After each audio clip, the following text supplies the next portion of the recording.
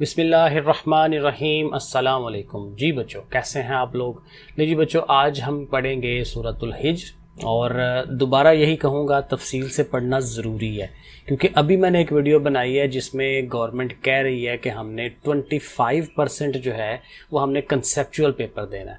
ٹھیک ہے، تو جو آپ چیزیں پڑھ رہے ہوتے ہیں، جو چیپٹر پڑھ رہے ہوتے ہیں، اس کے اندر سے بھی چیزیں آنسر جو ہیں شارٹ کویسچن آنسر لانگ جو ہے وہ آ سکتے ہیں، تو اس لیے تفصیل سے پڑھنا بڑا ضروری ہے، اور دنیا اور آخرت کے لیے بھی ضروری ہے۔ دنیا کے لیے یہ کہ ہم نے پیپر دینے ہیں، اور آخرت کے لیے کہ ہم مسلمان ہیں، ہمیں ان کو سمجھنا، اس کو ٹائم دینا بہت ضروری ہے۔ ضرور ٹائم دیا کریں، تفصیل سے پڑھا کریں، چیزوں کو ذہن میں بٹھائیں۔ یہ اسلامی معلومات ہیں جو ہمیں ضرور آنی چاہیے، پتہ ہونا چاہیے۔ جتنا زیادہ پتہ ہوگا ثواب بھی ہے اور باقی کام بھی اچھے ہو جاتے ہیں۔ سوچے کہ سب سے پہلے تعارف ہے۔ سورۃ الحجر مکی صورت ہے، مکہ میں نازل ہوئی ہے۔ یہ 13ویں پارے سے شروع ہو رہی ہے اور 15ویں صورت ہے۔ تو یہ انفارمیشن ہے بیسک جو ہمیں ذہن میں رکھنی ہے۔ اس کے 6 رکوع ہیں اور 99 آیات ہیں۔ اس صورت کی آیت وَلَقَدْ كَذَّبَ أَصْحَابُ الْحِجْرِ الْمُرْسَلِينَ، یہ اب اس کا ترجمہ آگے بتا رہے ہیں، اور یقیناً ہجر والوں نے رسولوں کو جھٹلایا، نبیوں کو جھٹلایا۔ ٹھیک ہے، تو اس میں پھر ظاہر ہے اصحاب ہجر کا تذکرہ آ گیا، ہجر کے لوگوں کا تذکرہ آ گیا، ان کی بات آ گئی، تو اس مناسبت سے اس کو سورۃ الحجر کہا گیا ہے، تو نام اس کا یہاں سے ہم نے بنا لیا۔ جس مکان کے ارد گرد احاطہ اور 4 دیواری ہو، احاطہ ہوتا ہے نا آگے کھلی جگہ، اور اس کے ارد گرد 4 دیواری جو ہے باؤنڈری اس میں لگا دی گئی ہو، تو کہتے ہیں اس کو عربی میں ہجر کہا جاتا ہے۔ مدینہ منورہ اور شام کے درمیان 2 پہاڑوں کے وسط میں موجود علاقے کو وادی ہجر کہا جاتا تھا۔ اس جگہ پر قوم سمود آباد تھی، جس کی طرف اللہ تعالیٰ نے حضرت صالح علیہ السلام کو نبی بنا کر بھیجا۔ تو یہ تفصیل آ گئی کہ قوم سمود وہاں پہ آباد تھی اس جگہ پہ، اور حضرت صالح علیہ السلام ان کے نبی تھے۔ ٹھیک ہے، اسی قوم کو اصحاب الحجر یعنی ہجر کی بستی والے کہا جاتا ہے۔ ایک شخص نبی کریم صلی اللہ علیہ وسلم کے پاس آیا اور عرض کیا، اللہ کے رسول مجھے قرآن مجید پڑھائیے۔ تو آپ صلی اللہ علیہ وسلم نے فرمایا، ان 3 صورتوں کو پڑھو جن کے شروع میں الف لام را ہے۔ تو یہ دیکھیں نا کتنی امپورٹنٹ ہے، تو اس صورت کے شروع میں بھی الف لام را آتا ہے، تو یہ ایک قسم کی ہم امپورٹنس بتا رہے ہیں اس صورت کی، سورۃ الحجر کی۔ اب مرکزی موضوع کہ مین پوائنٹ کیا ہے، مین مدعا کیا ہے، کہ کیا اللہ تعالیٰ ہمیں یہاں پہ بتانا چاہ رہے ہیں۔ تو اس صورت کا مرکزی موضوع قدرت الہی کی نشانیاں، اللہ تعالیٰ کی قدرت کی نشانیاں، کہ اللہ تعالیٰ کیا کچھ کر سکتے ہیں، یہ انہوں نے کیا ہوا ہے، جس کو دیکھ کے انسان جو ہے اللہ کے اور قریب ہوتا ہے، اللہ کی پہچان ہوتی ہے۔ قرآن مجید اور صاحب قرآن کی حقانیت، حقانیت ہے سچائی، کہ سچا ہونا، کس کا سچا ہونا؟ قرآن مجید کا سچا ہونا، کہ بالکل صحیح ہیں، خود سے نہیں بنایا ہوا، نعوذ باللہ، اللہ کی طرف سے یہ چیزیں آئی ہوئی ہیں۔ اور صاحب قرآن یعنی جن پر قرآن مجید نازل ہوا، یعنی کہ نبی کریم صلی اللہ علیہ وسلم۔ تو قرآن مجید اور نبی کریم صلی اللہ علیہ وسلم کے سچا ہونے کی جو نشانیاں ہیں، جو باتیں ہیں، وہ یہاں پہ ہمیں بتائی جا رہی ہیں۔ بنیادی مضامین ظاہر ہے اب یہ تفصیل سے ہوگا نا، موٹی موٹی باتیں کون کون سی اس میں اس سورت میں بتائی گئی ہیں۔ تو سورۃ الحجر کے آغاز میں قرآن مجید اور نبی کریم صلی اللہ علیہ وسلم کے حوالے سے مشرکین مکہ کے بے بنیاد اعتراضات کا آسان اسلوب میں جواب دیا گیا۔ یعنی اعتراض کرتے ہوں گے مکہ کے جو کافر لوگ ہیں کہ بھئی یہ کیوں ہے، یہ کیسے ہے، تو پھر اس کا جواب دیا جا رہا ہے، اور آسان انداز میں جواب دیا جا رہا ہے کہ عام لوگ بھی اس کو سمجھ سکیں کہ یہ قرآن مجید خالصتاً اللہ تعالیٰ کا کلام ہے، اللہ کی طرف سے نازل ہوا ہے، اسی کی طرف سے نازل کیا گیا ہے، اور وہ خود اس کی حفاظت کرنے والے ہیں، کیونکہ اللہ تعالیٰ نے خود اس کی حفاظت کا ذمہ لیا ہے، کیونکہ پتہ ہے اب اس کے بعد اور کوئی نبی نہیں آنے اور کوئی کتاب نہیں آنی، تو جو بھی ہدایت لوگوں تک پہنچنی ہے اب آخرت تک اسی قرآن مجید سے ہدایت جو ہے وہ پہنچنی ہے لوگوں کو، تو اس لیے اس کی حفاظت اللہ تعالیٰ نے خود فرمانی ہے۔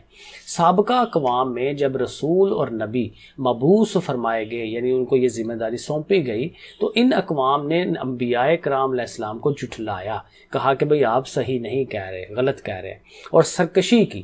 سرکشی یہی ہوتا ہے کہ صحیح بات کا پتہ چل جانا اور پھر بھی اپنی غلط بات پہ قائم رہنا۔ یہ سرکشی ہوتی ہے۔ بلاہر ان کی ہٹ درمی اور سرکشی کی وجہ سے انہیں تباہ و برباد کر دیا گیا، ظاہر ہے ان کے اوپر جو ہے وہ عذاب نازل کیے گئے۔ سورۃ الحجر میں اللہ تعالیٰ کی قدرت کاملہ کے چند دلائل بیان کیے گئے ہیں کہ اب دلیلیں دی جا رہی ہیں کہ اللہ تعالیٰ نے دیکھیں یہ ساری چیزیں کیسے کر لی ہیں، کیوں کر لی ہیں، اور ہمارے انسانوں کے فائدے کے لیے۔ ستونوں کے بغیر آسمانوں کی تخلیق کی گئی، آسمان بنا لیے جس میں کوئی ستون نہیں ہے، اور اس میں خوبصورت ستارے بنائے گئے۔ اب دیکھیں نا، سائنس میں ہم پڑھتے ہیں گریوٹی، اب غیر ستونوں کے چاند، سورج، زمین ایک دوسرے کے گرد چکر بھی لگا رہے ہیں اور اپنی اپنی جگہ پہ قائم بھی ہیں، کوئی ستون نہیں ہے، کوئی کچھ نہیں ہے، کوئی لنک نہیں ہے، ایک انویزیبل فورس ہے جو گریوٹی ہے، اور اس نے ہر چیز کو گھیرا ہوا ہے، اور وہ پورا کائنات کا سلسلہ جو ہے وہ چل رہا ہے، ٹھیک ہے نا، پوری گلیکسی کا سلسلہ چل رہا ہے ہر جگہ۔ تو یہ اللہ تعالیٰ کا وہ کام ہے سارا کہ بغیر ستونوں کے آسمانوں اور زمینوں کی تخلیق کی ہے، اس میں خوبصورت ستارے بنائے گئے ہیں، وسیع و عریض زمین، یہ ظاہر زمین کتنی بڑی ہے ہماری، اور اس کا توازن قائم کرنے کے لیے پہاڑوں کو جما دیا۔ تو یہ بیسیکلی ایک کیل ہے ہماری زمین کے، جس نے اس کو بیلنس رکھا ہوا ہے۔ زمین میں ہر چیز کو ٹھیک اندازے سے اگایا۔ اب دیکھیں نا، ایک ایک چیز کے اوپر ہم نے سنا تھا کہ ایک بندہ اس نے پی ایچ ڈی کیا کہ ایک قطرہ پانی کا گرتا ہے اور گر کے جو اس کی ویوز بنتی ہیں وہ اتنے چیز کے اندر، کیونکہ اتنی ڈیٹیل ہے ہر چیز کے اندر، ٹھیک ہے نا۔ ایٹمز ہیں، ایٹم کے اندر جو ہے وہ آگے پروٹون، نیوٹران، پتہ نہیں کیا کچھ، اس طرح سے اتنی تفصیل ہے، ان کی فورسز ہیں، الیکٹرو میگنیٹک فورسز، پتہ نہیں کیا کچھ ہے، ٹھیک ہے نا۔ تو ہر چیز کو ٹھیک انداز سے اگایا اور اس سے مخلوقات کی روزی کا سامان مہیا کیا۔ بادلوں والی ہواؤں کو بھیج کر بارش برسا کر زمین کی سیرابی کا ذکر کیا گیا، ٹھیک ہے نا۔ زمین کو سیراب کیا جاتا ہے، بارشیں نہ ہوں تو فصلیں کہاں سے ہونی ہیں۔ پھر یہ ذکر کیا گیا ہے کہ ان زندگی اور موت کا مالک وہی اللہ تعالیٰ ہے، ڈیفینیٹلی ایسے ہی ہے، جس نے انسان کو مٹی اور جنات کو آگ سے پیدا فرمایا۔ ان دلائل کا ذکر کرنے کا مقصد اللہ تعالیٰ پر ایمان لانے کی دعوت دینا ہے کہ بھائی یہ ساری چیزیں دیکھو کہ یہ تم لوگوں کی نشانیاں ہیں کہ اللہ ہے موجود، اور چونکہ اللہ ہے تو پھر اللہ تعالیٰ ہمیں کہہ رہے ہیں کہ یہ چیزیں کرو اور ان چیزوں سے بچو، تو اللہ پر ایمان لانا چاہیے۔ مزید برآں یعنی کہ اس کے علاوہ بھی حضرت آدم علیہ السلام اور ابلیس کا قصہ، وہ شیطان کا، اور حضرت آدم کو بنایا تھا تو اللہ تعالیٰ نے کہا شیطان کو کہ سجدہ کرو، وہ پورا واقعہ ہے۔ متقی لوگوں کے اچھے انجام اور مشرکین کے برے انجام کا بیان کر کے اہل مکہ کو تکبر سے باز رہنے کی تلقین کی گئی ہے۔ اللہ تعالیٰ کی قدرت کاملہ کے بیان میں حضرت ابراہیم علیہ السلام اور ان کے مہمانوں کا تذکرہ، اب ظاہر کو واقعہ ہوگا، مجھے بھی نہیں پتا، اور قوم لوط اور قوم شعیب کی ہلاکت کا ذکر کیا گیا ہے۔ تو یہ بھی پوری ڈیٹیل ہے، ہمیں تو ویسے وہی بات ہے، قرآن مجید اس کا پورا ترجمہ بھی ہمیں پڑھنا چاہیے کہ یہ جو سورہ ہجر ہے اس کا ترجمہ پورا ڈیٹیل میں پڑھنا چاہیے۔ ان اقوام کے احوال بیان کر کے مشرکین کو دعوت دی گئی ہے کہ ان کے انجام کو دیکھو اور اللہ تعالیٰ اور اس کے رسول صلی اللہ علیہ وسلم کی نافرمانی اور سرکشی سے باز آ جاؤ۔ قوم سمود کو اپنی ہنرمندی اور طاقت پر گھمنڈ تھا، اللہ تعالیٰ نے ان کی ہنرمندی اور طاقت کا تذکرہ کرتے ہوئے انہیں بتایا کہ ان کی طاقت اور ہنرمندی انہیں میرے عذاب سے نہیں بچا سکتی، کیونکہ سب سے بڑی پاور تو اللہ تعالیٰ ہے۔ تو انسان جتنا مرضی جو ہے پاورفل ہو جائے، اللہ کے سامنے جو ہے وہ نیچے ہی ہوتا ہے۔ سورۃ الحجر میں 7 مثانی کا ذکر ہے، جس سے مراد سورۃ الفاتحہ کی 7 آیات ہیں۔ تو یہ بھی ایک انفارمیشن آ گئی کہ 7 آیات جو ہیں سورہ فاتحہ کی، ان کے لیے کہ یہ اسپیشل ورڈ ہے 7 مثانی۔